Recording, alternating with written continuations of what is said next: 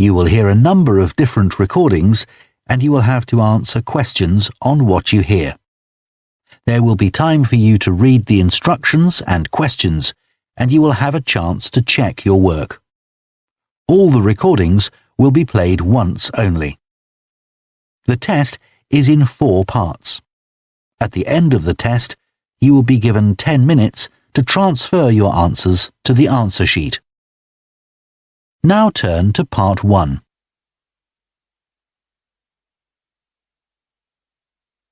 Part 1. You will hear a man phoning the owner of a holiday cottage. First, you have some time to look at questions 1 to 6.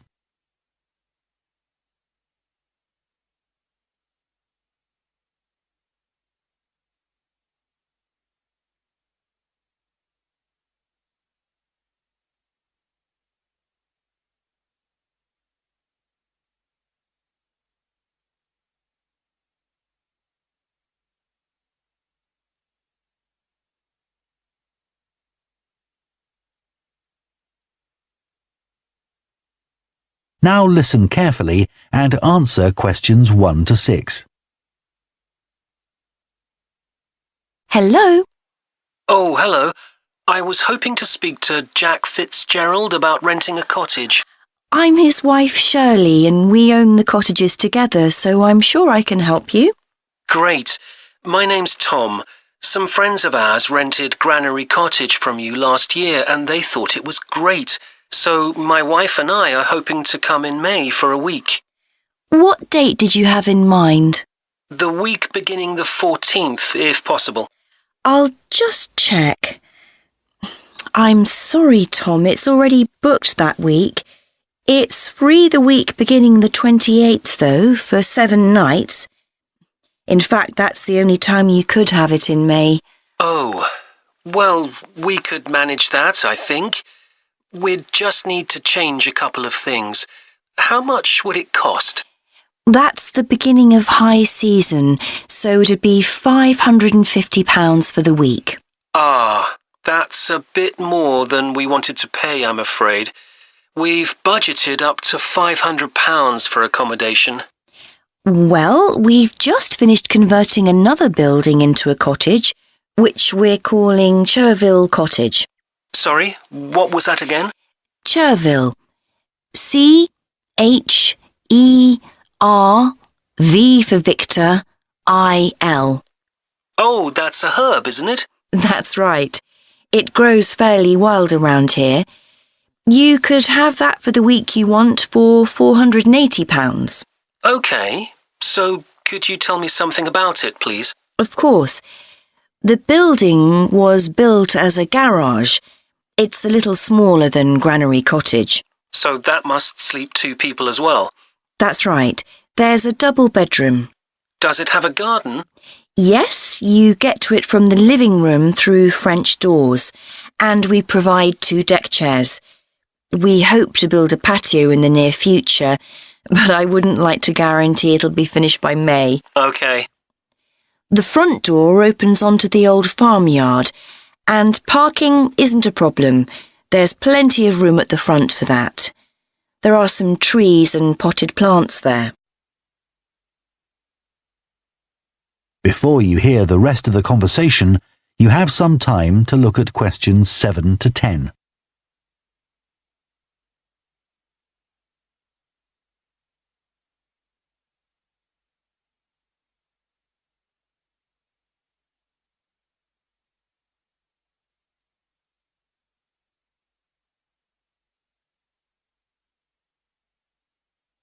Now listen and answer questions 7 to 10. What about facilities in the cottage? It has standard things like a cooker and fridge, I presume. In the kitchen area, there's a fridge freezer, and we've just put in an electric cooker. Is there a washing machine? Yes. There's also a TV in the living room, which plays DVDs too. The bathroom is too small for a bath, so there's a shower instead. I think a lot of people prefer that nowadays anyway. It's more environmentally friendly, isn't it? Unless you spend half the day in it. Exactly. What about heating? It sometimes gets quite cool at that time of year. There's central heating, and if you want to light a fire, there's a stove. We can provide all the wood you need for it. It smells so much nicer than coal, and it makes the room very cosy. We've got one in our own house. That sounds very pleasant. Perhaps we should come in the winter to make the most of it. Yes, we find we don't want to go out when we've got the fire burning. There are some attractive views from the cottage which I haven't mentioned. There's a famous stone bridge. It's one of the oldest in the region, and you can see it from the living room. It isn't far away. The bedroom window looks in the opposite direction and has a lovely view of the hills and the monument at the top. Well, that all sounds perfect. I'd like to book it, please. Would you want a deposit? Yes, we ask for 30% to secure your booking, so that'll be £144. And when would you like the rest of the money? You're coming in May, so the last day of March, please. Fine. Excellent. Could I just take your details so that I can... That is the end of Part 1. You now have half a minute to check your answers to Part 1.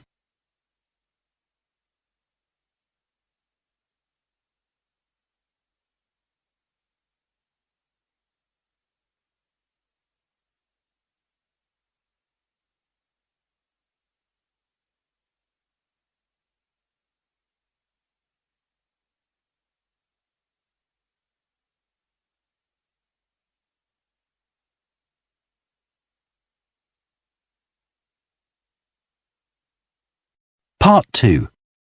You will hear a town councillor reporting on the local transport network and a recreation facility. First, you have some time to look at questions 11 to 14.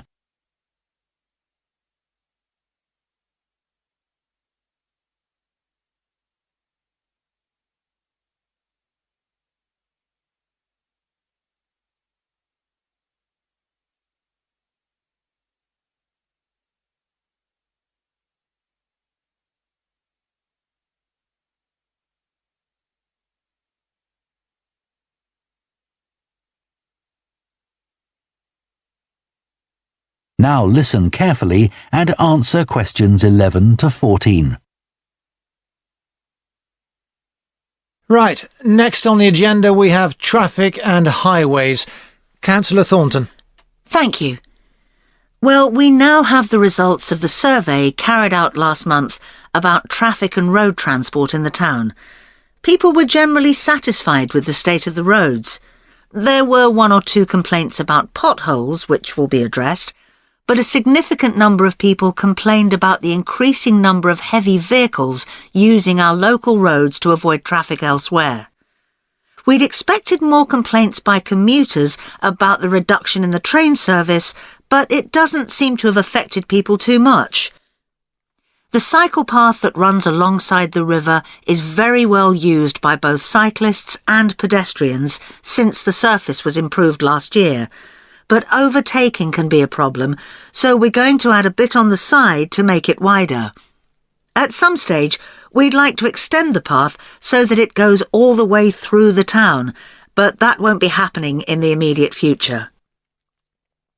The plans to have a pedestrian crossing next to the post office have unfortunately had to be put on hold for the time being. We'd budgeted for this to be done this financial year, but then there were rumours that the post office was going to move, which would have meant there wasn't really a need for a crossing. Now they've confirmed that they're staying where they are, but the Highways Department have told us that it would be dangerous to have a pedestrian crossing where we'd originally planned it, as there's a bend in the road there, so that'll need some more thought. On Station Road, near the station and level crossing, drivers can face quite long waits if the level crossing's closed, and we've now got signs up requesting them not to leave their engines running at that time. This means pedestrians waiting on the pavement to cross the railway line don't have to breathe in car fumes. We've had some problems with cyclists leaving their bikes chained to the railings outside the ticket office, but the station has agreed to provide bike racks there.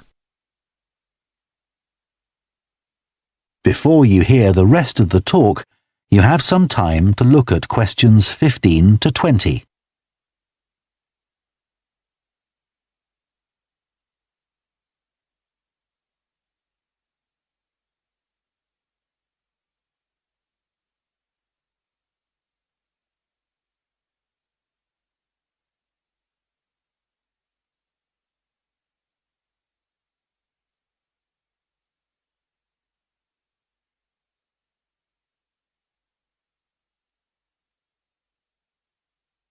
Now listen and answer questions 15 to 20. So next on the agenda is proposals for improvements to the recreation ground. Councillor Thornton again.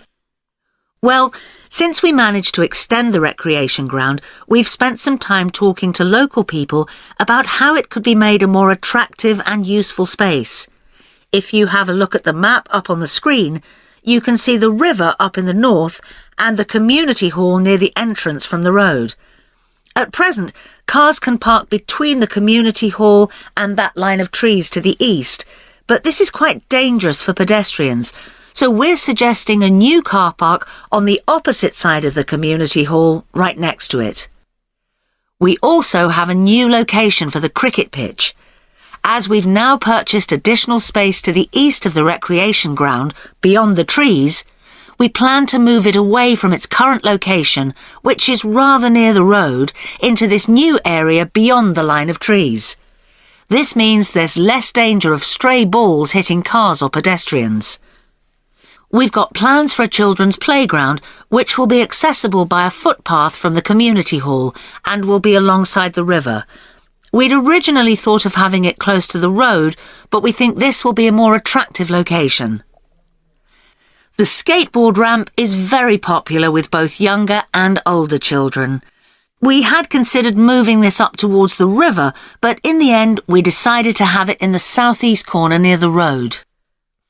The pavilion is very well used at present by both football players and cricketers. It will stay where it is now, to the left of the line of trees and near to the river, handy for both the football and cricket pitches.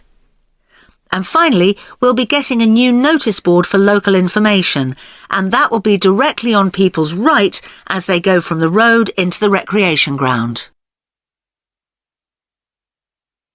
That is the end of part 2. You now have half a minute to check your answers to part 2.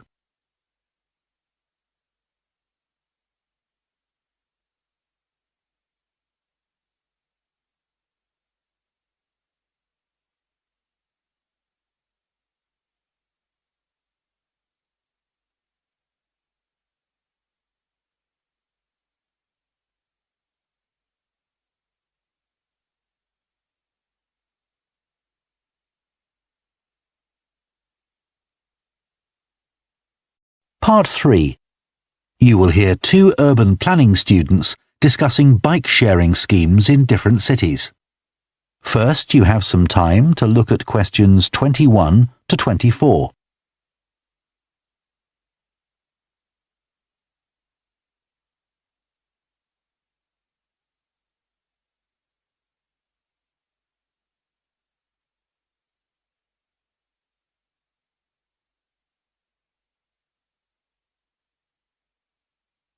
Now listen carefully and answer questions 21 to 24. Now that we've done all the research into bike-sharing schemes in cities around the world, we need to think about how we're going to organise our report. Right. I think we should start by talking about the benefits. I mean, it's great that so many cities have introduced these schemes where anyone can pick up a bike from dozens of different locations and hire it for a few hours. It makes riding a bike very convenient for people. Yes, but the costs can add up, and that puts people on low incomes off in some places. I suppose so. But if it means more people in general are cycling rather than driving, then because they're increasing the amount of physical activity they do, it's good for their health. OK, but isn't that of less importance? I mean, doesn't the impact of reduced emissions on air pollution have a more significant effect on people's health? Certainly in some cities, bike sharing has made a big contribution to that, and also helped to cut the number of cars on the road significantly. Which is the main point. Exactly. But I'd say it's had less of an impact on noise pollution because there are still loads of buses and lorries around. Right. Shall we quickly discuss the recommendations we're going to make? In order to ensure bike sharing schemes are successful? Yes. OK. Well, while I think it's nice to have really state-of-the-art bikes with things like GPS, I wouldn't say they're absolutely necessary. But some technical things are really important, like a fully functional app, so people can make payments and book bikes easily. Places which haven't invested in that have really struggled. Good point. Some people say there shouldn't be competing companies offering separate bike-sharing schemes, but in some really big cities, competition's beneficial. And anyway, one company might not be able to manage the whole thing. Right. Deciding how much to invest is a big question. Cities which have opened loads of new bike lanes at the same time as introducing bike-sharing schemes have generally been more successful. But there are examples of successful schemes where this hasn't happened. What does matter, though, is having a big publicity campaign. Definitely. If people don't know how to use the scheme or don't understand its benefits, they won't use it. People need a lot of persuasion to stop using their cars. Before you hear the rest of the discussion, you have some time to look at questions 25 to 30.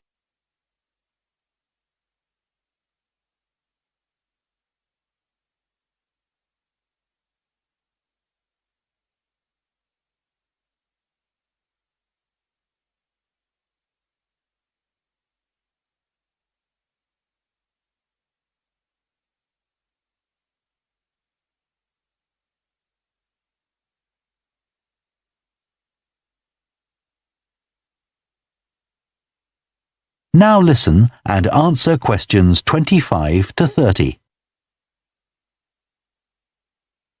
Shall we look at some examples now and say what we think is good or bad about them? I suppose we should start with Amsterdam, as this was one of the first cities to have a bike-sharing scheme. Yes, there was already a strong culture of cycling here. In a way, it's strange that there was such a demand for bike sharing, because you'd have thought most people would have used their own bikes. And yet it's one of the best used schemes. Dublin's an interesting example of a success story. It must be because the public transport system's quite limited. Not really. There's no underground, but there are trams and a good bus network. I'd say price has a lot to do with it. It's one of the cheapest schemes in Europe to join.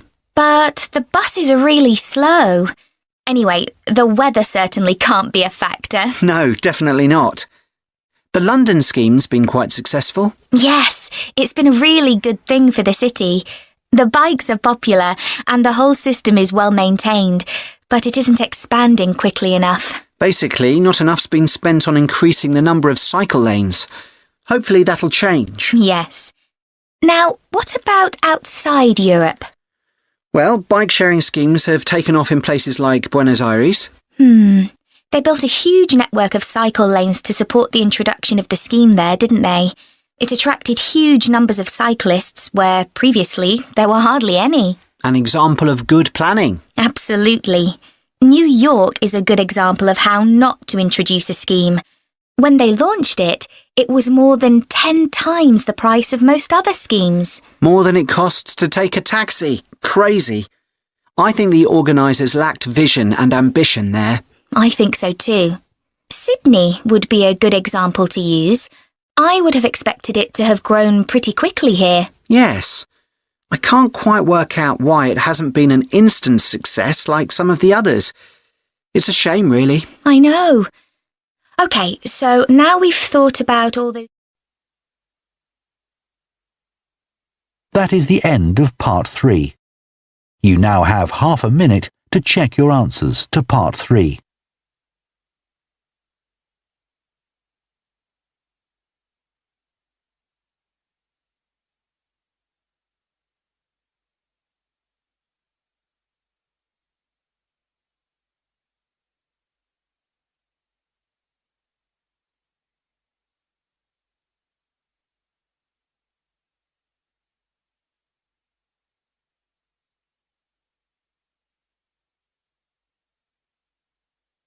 Part 4. You will hear part of an environmental science lecture about a large bird called the dodo, which is now extinct. First, you have some time to look at questions 31 to 40.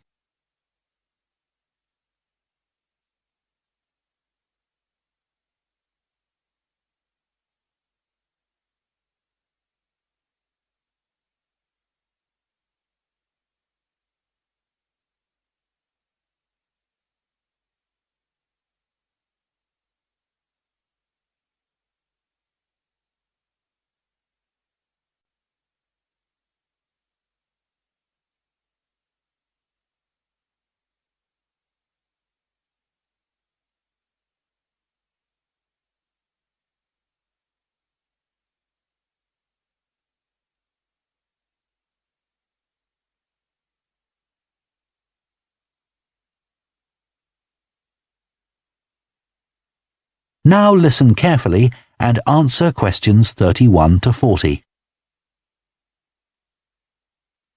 One of the most famous cases of extinction is that of a bird known as the dodo.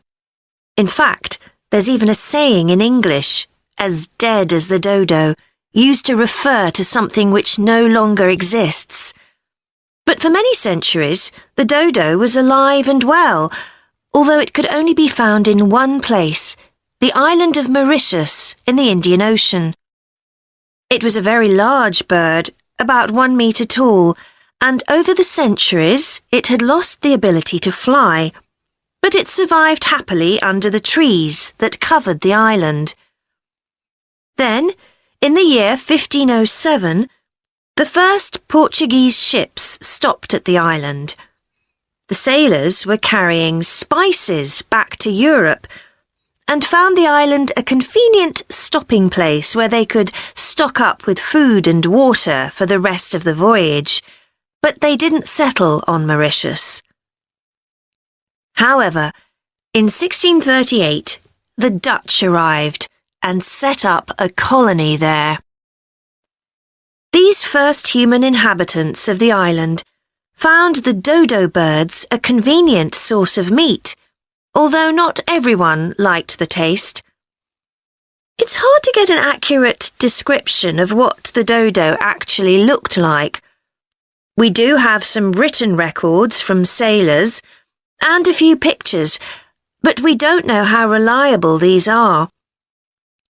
The best-known picture is a Dutch painting in which the bird appears to be extremely fat, but this may not be accurate. An Indian painting done at the same time shows a much thinner bird. Although attempts were made to preserve the bodies of some of the birds, no complete specimen survives.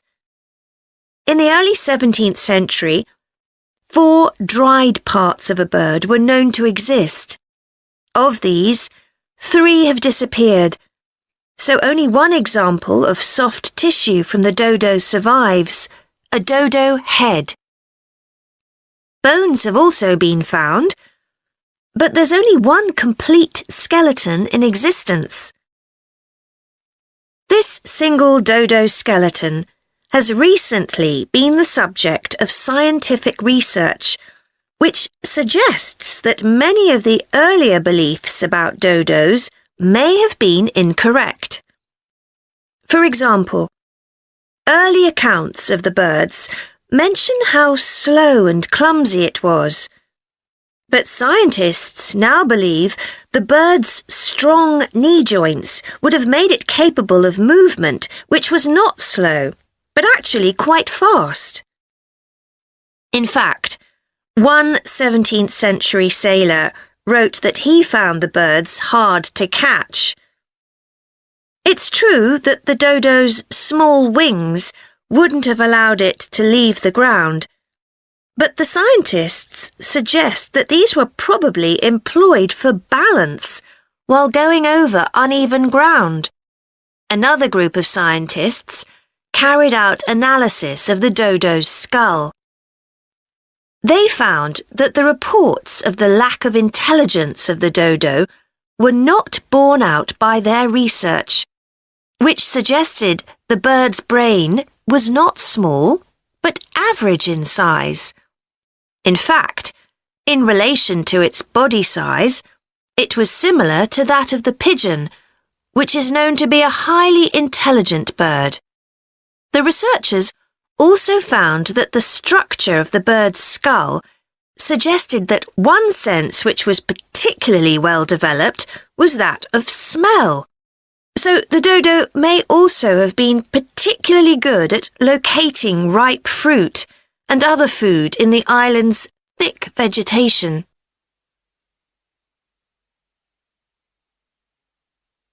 So it looks as if the dodo was better able to survive and defend itself than was originally believed. Yet, less than 200 years after Europeans first arrived on the island, they had become extinct. So what was the reason for this? For a long time it was believed that the dodos were hunted to extinction. But scientists now believe the situation was more complicated than this. Another factor may have been the new species brought to the island by the sailors. These included dogs, which would have been a threat to the dodos, and also monkeys, which ate the fruit that was the main part of the dodo's diet. These were brought to the island deliberately. But the ships also brought another type of creature, rats, which came to land from the ships and rapidly overran the island. These upset the ecology of the island, not just the dodos, but other species too. However, they were a particular danger to the dodos because they consumed their eggs. And since each dodo only laid one at a time, this probably had a devastating effect on populations. However, we now think that probably the main cause of the bird's extinction was not the introduction of non-native species, but the introduction of agriculture. This meant that the forest that had once covered all the island and that had provided a perfect home for the dodo was cut down so that crops such as sugar could be grown. So, although the dodo had survived for thousands of years, suddenly it was gone. That is the end of Part 4. You now have 1 minute to check your answers to Part 4.